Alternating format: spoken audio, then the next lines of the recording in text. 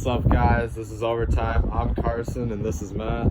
So today we're going to be analyzing the realism of the baseball movie Benchwarmers. 1 out! Gonna be 2 outs! Hey, I bet you're a good catcher of donuts in your mouth.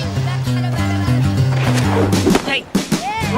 Don't chop at it. It's not a sword. You're not a sword. So, with the start of the baseball season and the start of spring training 2024, we really wanted to take a look at a baseball movie. Ow! You just lost your membership at Video Spot! Dang it. Benchwarmers is a film about 3 guys trying to make up for a lost childhood, and the way they're going to do this is by playing Little League Baseball. And it's really about the story of kind of the underdog, nerd, loser type becoming like the all-star. So Benchwarmers was made in 2006, and it stars John Heder, Rob Schneider, and David Spade. And it really just encapsulates the story of the 3 guys entering the Little League tournament, and then they end up becoming the superstar. So actor Rob Schneider in the film Benchwarmers got training from pitcher John Muscat.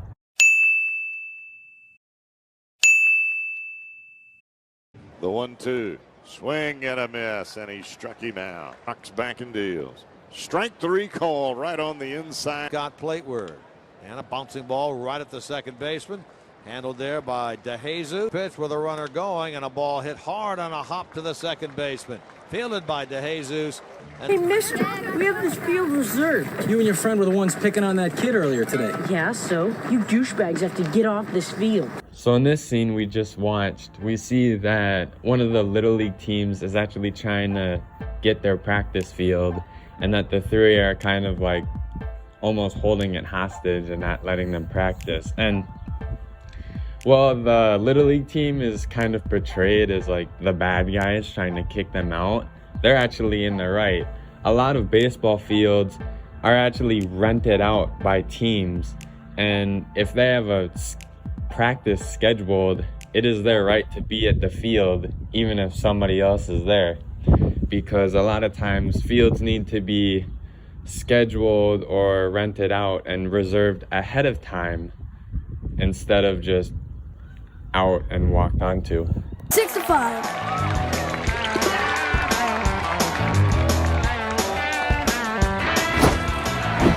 So as we can see in this scene, we see that the opposing team's pitcher is sipping one down while he's on the mound. And while obviously you can't have a drink in the middle of a game, it's actually really common actually for players to have one in the dugout or before the game. Players such as Babe Ruth and John Lester have been known to drink before games and even in the dugout while a game is going on. And this dates back to the 1940s, and it's known as a rally beer, that you kind of rally up and get your spirits up before you head back out on the field.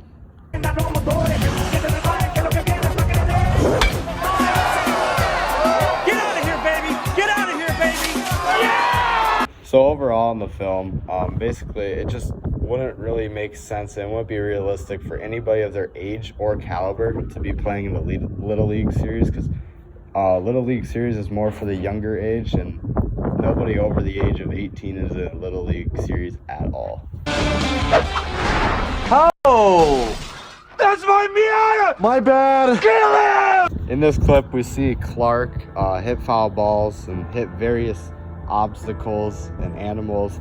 This just really isn't realistic. You don't really see any animals get hit or hurt at all, but they are very dangerous when a foul ball goes in the sky, especially at tournaments where there are 4 fields back to back to back. About 5 years ago, we were at a field actually in Prior Lake, and my dad was watching our game, and a foul ball went up from a different field, went up in the sky, and it actually dropped down onto the back of his neck and knocked him out for about 2-ish minutes. This is very common to see in like baseball tournaments around the country. It's just a very common occurrence. Also, I have seen multiple car windows and cars get dented during tournaments. It's just a very common occurrence, but overall, it's not realistic that it hits animals and even people. It's pretty rare. According to birth certificate.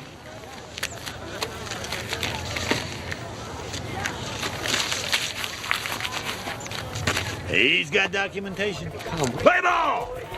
So in this scene we see here, we have one of the opposing team's players trying to bribe the umpire so that he's able to play.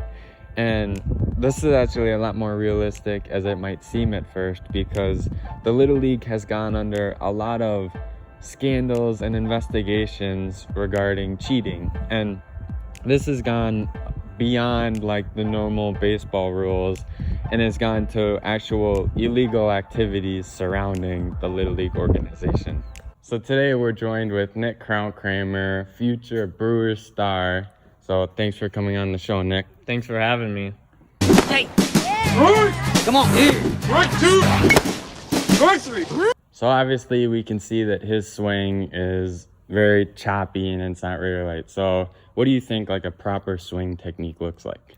I think he needs a grip on the bat more down, and he needs to get a more wide of a base. And as the pitch is coming, he needs to follow the ball with his eyes, step forward to it, and then fire his hip at the ball, and then that'll fire his hands right at the baseball. And yeah.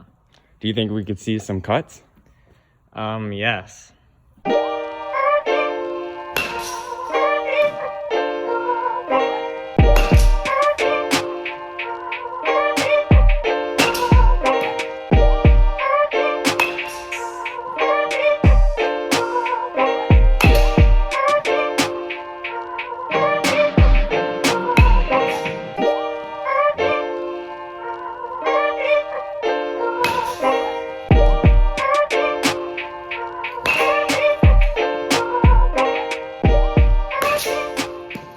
Well, thanks for coming on the show, Nick. It was a pleasure having you. Thank you for having me on the show.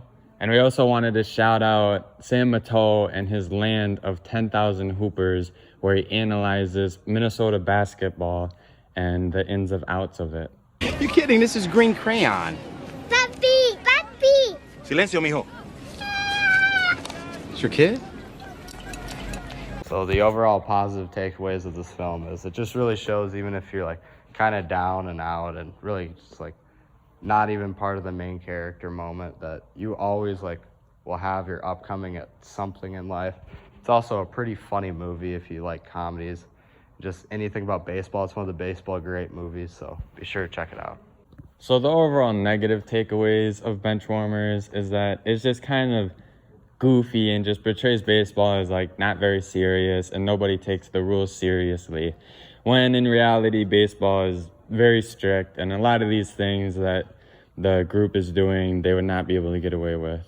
Along with this, it's also takes away from the idea of baseball when it goes into these outside moments where they're in the mansion and they have all the robots, and it just kind of takes away from the sport as a whole. So for an overall rating on the realism, I'm gonna have to give it a 5.5 out of 10, just because there are just a lot of aspects that didn't relate to baseball at all, and then a lot of the movie was just kind of goofing around, which isn't really what baseball is about. And I'd give it like a solid 4 out of 10 on the realism aspect, just because like the robots and all the extra scenes that they added that just wasn't portrayed to baseball at all. For an overall rating though, I'm gonna have to bump it up to 8.5, because it's really just a great movie, and it inspires the kind of lower nerdy kind of person to become something better. And I'd give it a 10 out of 10. I just really like comedy movies, and this is like the perfect movie if you like comedy to go check out. Thanks for watching Overtime. Be sure to subscribe to JHS Creative Communications on YouTube. Our next episode is about football, and it's going to be coming out May 27th, so mark your calendars.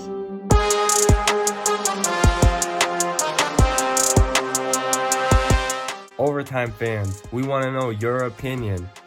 Give us your opinion down in the comments and tell us if we missed anything. Is there a specific scene you thought we missed? Tell us in the comments and you'll be mentioned in our next episode. Peace.